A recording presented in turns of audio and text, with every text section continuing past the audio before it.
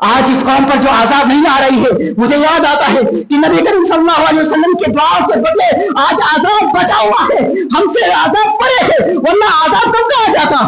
میرے بھائیوں، اللہ کی اتنی نافرمانی کرتے ہیں، اللہ ہی برداشت کرتا ہے۔ میرے بھائیوں، اللہ رحم و غفور ہے، ابھی توبہ کرو، توبہ استغفار کرو اور شادیاں آسان کرو، اور اپنے بیٹوں کو 30 سال تک 35 سال تک 40 سال تک نہ بٹھاؤ، ان کو جلدی سے ان کا نکاح پڑھاؤ اور جلدی سے شادی کراؤ۔ میرے بھائیوں، دیکھنے میں آتا ہے بیٹا پڑھ رہا ہے، 30 سال کا ہو گیا، 35 سال کا ہو گیا، ابھی پڑھ ہی رہا ہے۔ ہاں، جب شادی کرنے کے خواہشات مر جاتے ہیں، جب شادی کرنے کی عمر ہوتی ہے، جی آپ شادی کی عمر سے آگے نکل کر شادی کریں گے، وہ لڑکا شادی کرے گا؟ جب وہ حجاج کا منہ مارا ہوگا شادی کرے گا؟ نہیں کرے گا۔ یہ غلطی آپ کی ہے، آپ والدین کی غلطی ہے۔ لڑکا نکاح کی عمر پہ آیا ہے، لڑکی نکاح کی عمر پہ آئی ہے، تو آپ رشتہ تلاشو، آپ رشتہ تلاش کر کے شادی کرو۔ اور ہاں، رشتہ تلاشنے میں کہیں ایسی غلطی مت کرنا کہ دولت کے چکر میں لے جاؤ، کسی جانور کے ہاتھ میں باندھ دو جو تمہارے بیٹی کے حقوق کو نہ جانے، ہاں، تمہارے اپنی بیوی کے حقوق کو نہ جانے، اپنے اہلیہ کے حقوق کو نہ جانے، اور جوتا اور لاتے سے اس کی ثابت کرے، اس کا استقبال کرے۔ ایسے جانوروں کے ہاتھوں میں مت دینا، اپنی بیٹی کو اپنے گھر میں رکھنا، جو کھاتے وہی کھلانا، مگر اللہ کی قسم ایسے لوگوں کے ہاتھوں میں نہیں دینا۔ میرے بھائیوں، جو اپنے بیوی کے حقوق کو نہیں جانتا، جو اپنے اہلیہ کے حقوق کو نہیں جانتا، ایسے نافرمان کے، ایسے بدبخت انسان کے ہاتھوں میں اپنے بیٹی کی رشتہ نہیں دینا۔ میرے بھائیوں، کیوں؟ قرآن مجید کے اندر اللہ رب العالمین سورۃ الدہر کے اندر، سورۃ القیامہ کے اندر اللہ رب العالمین فرماتا ہے کہ ہم نے جوڑا پیدا کیا ہے، ہم نے جوڑا پیدا کیا ہے، بس تم کو تلاشنا ہے۔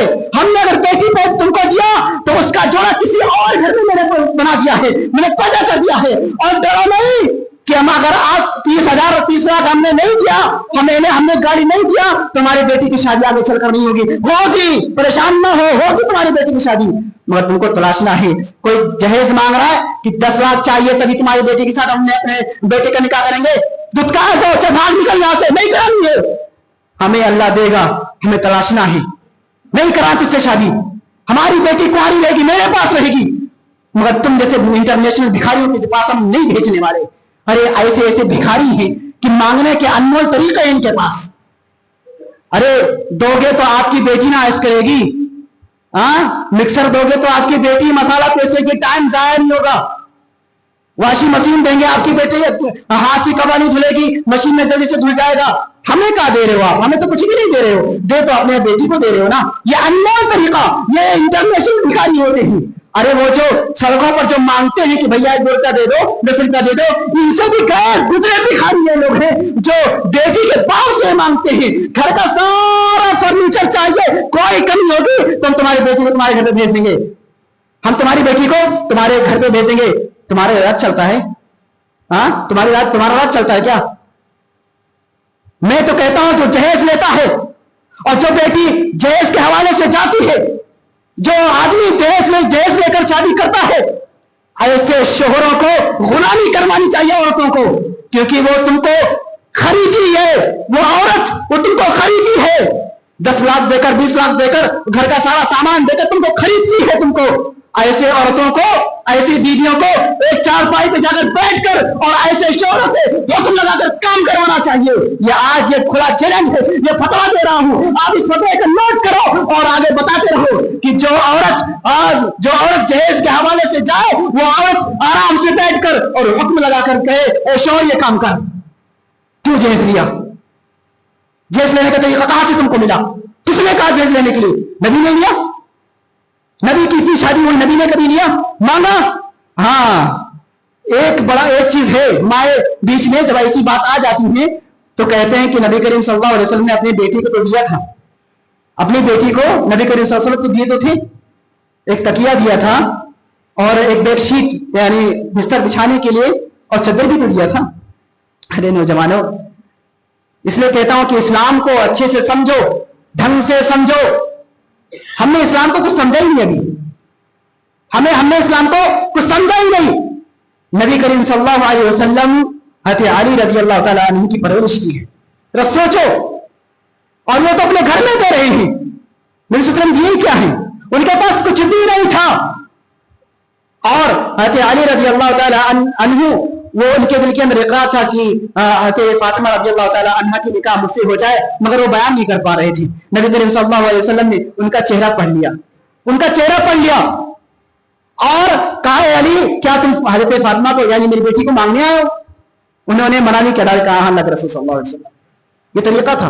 اور یہ نہیں کہا نبی کریم صلی اللہ علیہ وسلم کہ ٹھیک ہے میں کر دیا تو ہو گیا تو ہو گیا، میری بیٹی بولے گی تو بھی نہیں مانوں گا، یہ میرا فیصلہ ہے، میرا آخری فیصلہ ہے، میں جج بن گیا، میں فیصلہ کر دیا، میں ولی ہوں، میں فیصلہ کر دیا. ہمارے یہاں بھی ایسا ہوتا ہے. باپ اگر ایک رشتہ لگا دے بیٹی کا تو اس کا آخری فیصلہ میں ولی ہوں کہہ دیا اے بیٹی تجھے اس کے گھر پہ ہی جانا ہے تجھے، ورنہ تو میرا مرامو دیکھے گی. یہ طریقہ بالکل غلط ہے. نبی کریم صلی اللہ علیہ وسلم نے کیا کہا؟ اے علی ٹھہرو میں اپنے بیٹے سے اجازت لے کر آتا ہوں. اللہ اکبر. اے علی ٹھہرو میں اپنے بیٹے سے اجازت لے کر آتا ہوں. ہمیں بھی اپنے بیٹیوں سے اجازت لینا چاہیے. جیسے ایک بیٹی اپنے ولی کے بغیر کوئی نکاح نہیں کر سکتی، ایسے ہی باپ یعنی ولی اپنے بیٹی سے پوچھے بغیر کہیں اس کا نکاح نہیں کر سکتا. اور اگر کوئی کرا بھی رہا ہے تو انکار ہو سکتی ہے. یہ بھی فتویٰ ہے، آپ نوٹ کر لیجئے. کسی مشرک کے ہاتھوں میں ایک فتویٰ اور کہ اگر کسی مشرک کے ہاتھوں میں اگر اس کا باپ دے رہا ہے تو وہ لڑکی اپنے باپ کے اس فیصلے پر انکار کر سکتی ہے. کر دے انکار. میرے بھائیو یہ ساری وجوہات ہمارے درمیان نظر آتی ہیں. یہ ہماری شادی ہے میرے بھائی، باتیں تو اتنی ساری ہیں مگر وقت ہمیں اجازت نہیں دیتا کہ میں زیادہ بولوں. کچھ باتیں بولوں گا اور انشاءاللہ اپنی باتوں کو مکمل کروں گا. یہ تھی وہ رسم جو ہم دیکھنے جاتے ہیں لڑکیوں کو. وہاں پر ہم نے اتنا سارا خرچہ کیا اور بتایا بھی نہیں کہ ابھی ہم اوکے کر رہے ہیں، آج فائنل کر دیا ہم نے، اب ہم آپ سے آپ کی بیٹی سے نشا کریں گے. گھر پہ گئے وہاں سے کال کرتی کہ ٹھیک ہے اب ہم نے منگنی کا رسم کرنا ہے. گھر پہ گئے وہاں پہنچے بات چیت ہوئی، ہاں لڑکی اچھی تھی. اب وہاں سے پہنچنے کے بعد کیا بولتے ہیں کہ ہم منگنی کا رسم کریں گے. منگنی کا اللہ اکبر. یہ کہاں سے طریقہ آیا؟ یہ کہاں سے تم کو ملا؟ منگنی کس نے بتایا؟ حالانکہ حدیثوں کے اندر اتنا ہی آتا ہے کہ صرف اور صرف لڑکا جا کر دیکھ لے بات مکمل ہوا. اور لڑکا کے جو لڑکا دیکھنے جائے گا اس کی دلیل کیا ہے؟ چلے دے لیتے ہیں. جابر بن عبداللہ رضی اللہ تعالی عنہ بیان کرتے ہیں قال رسول اللہ صلی اللہ علیہ وسلم، نبی کریم صلی اللہ علیہ وسلم نے ارشاد فرمایا اذا خطب احدكم المرأة، اگر کسی شخص نے اپنا نکاح کا پیغام کسی لڑکی کے گھر پہ بھیجا ہے تو کیا کرے؟ فإن استطاع أن ينظر إلى ما يدعوه إلى نكاحها، اگر وہ دیکھے کہ میں چاہتا ہوں کہ میں اس لڑکی کو دیکھوں جس لڑکی کے گھر پر میں نکاح کا پیغام بھیجا ہوں، تو إلى يدعوه إلى نكاحها ما يدعوه إلى نكاحها، تو جا کر دیکھے اور دیکھنے سے کیا ہوگا؟ یدعوه نکاحیا، اس کے دل کے اندر شادی کرنے کی رغبت جلدی ہوگی. انسان جب لڑکی کو دیکھ لیتا ہے اکثر دیکھا جاتا ہے کہ شادی کرنے کی جلدی ہو جاتی ہے. الا ما يدعوه الى نکاحیا، تو وہ اس لیے دیکھے کہ اس کے دل کے اندر شادی کرنے کی رغبت جلدی ہو جائے، یعنی اس کو طلب لگ جائے کہ ہاں شادی کی جلدی کر لو، معاملہ ختم کر دوں. اور یہاں سے بات اور معلوم ہوا، اگر وہ لڑکی کو دیکھ لے گا تو شادی کے بعد یہ نہیں بولے گا تو کالی ہے. لڑکی کو دیکھ کر شادی کرے گا تو نہیں بولے گا ناٹی ہے، نہیں بولے گا تو کہانی ہے، تو لنگڑی ہے، نہیں بول پائے گا. تو دیکھ کر کیا تھا نا، تو بھی اندھا تھا کیا؟ تو دیکھنے گیا تو اندھا تھا. اگر تو کچھ بولے گا تو لڑکی بولے گی نا جب تم مجھے دیکھ لیں گے تو اندھا تھا کیا؟ دیکھ لیتا میں نے وہی تھی مجھ سے شادی نہیں کرتا تو اس وسلم نے کہا کہ اگر کوئی شخص کسی عورت کے یہاں نکاح کا پیغام بھیجتا ہے تو اگر دیکھنا چاہتا ہے تو اسے دیکھ لے. اور اسی بات پر عمل کرتے ہوئے جابر بن عبداللہ رضی اللہ تعالی عنہ کہتے ہیں قال کہتے ہیں فخطبت جاریہ، میں نے ایک لڑکی کے گھر پہ نکاح کا پیغام بھیجا. بھیجنے کے بعد فكنت اتخبأ لها حتى رأيت منها ما دعاني الى نکاحها، میں نے ان کو رشتہ پیغام بھیجا. بھیجنے کے بعد اتخبأ لها، چھپکے ہوئے میں نے اس لڑکی کو دیکھا حتى رأيت منها الى ما دعاني الى نکاحها، اور میں نے اس لڑکی کے اندر وہ چیز بھی دیکھا جس چیز نے مجھے شادی کرنے کے لیے ابھار دیا. اور میں کیا کیا؟ فتزوجتها، اور میں نے نکاح کر لیا. معلوم نہیں ہوا اگر لڑکا دیکھنا چاہتا ہے تو دیکھ لے. سنن ابو داؤد حدیث نمبر 2082 جو بھی میں نے پڑھا. یہ طریقہ ہونا چاہیے مگر لڑکا نہیں جاتے دیکھنے. آپ سب جانتے ہوں گے، بتانے کی ضرورت نہیں ہے، ہمارے معاشرے کا ماحول. چلیے ایک تیسری حدیث، اس کے بعد آخری بات بتا دیں انشاءاللہ اپنی بات مکمل کروں گا، وقت بہت مختصر ہوتا ہے چونکہ. وہ کیا؟ آج ہمارے یہاں جب شادی طے ہو جاتی ہے، ہاں بلٹ بھی دے گا، پیسہ بھی دے گا، ساری چیزیں دے گا، سب طے ہو گیا.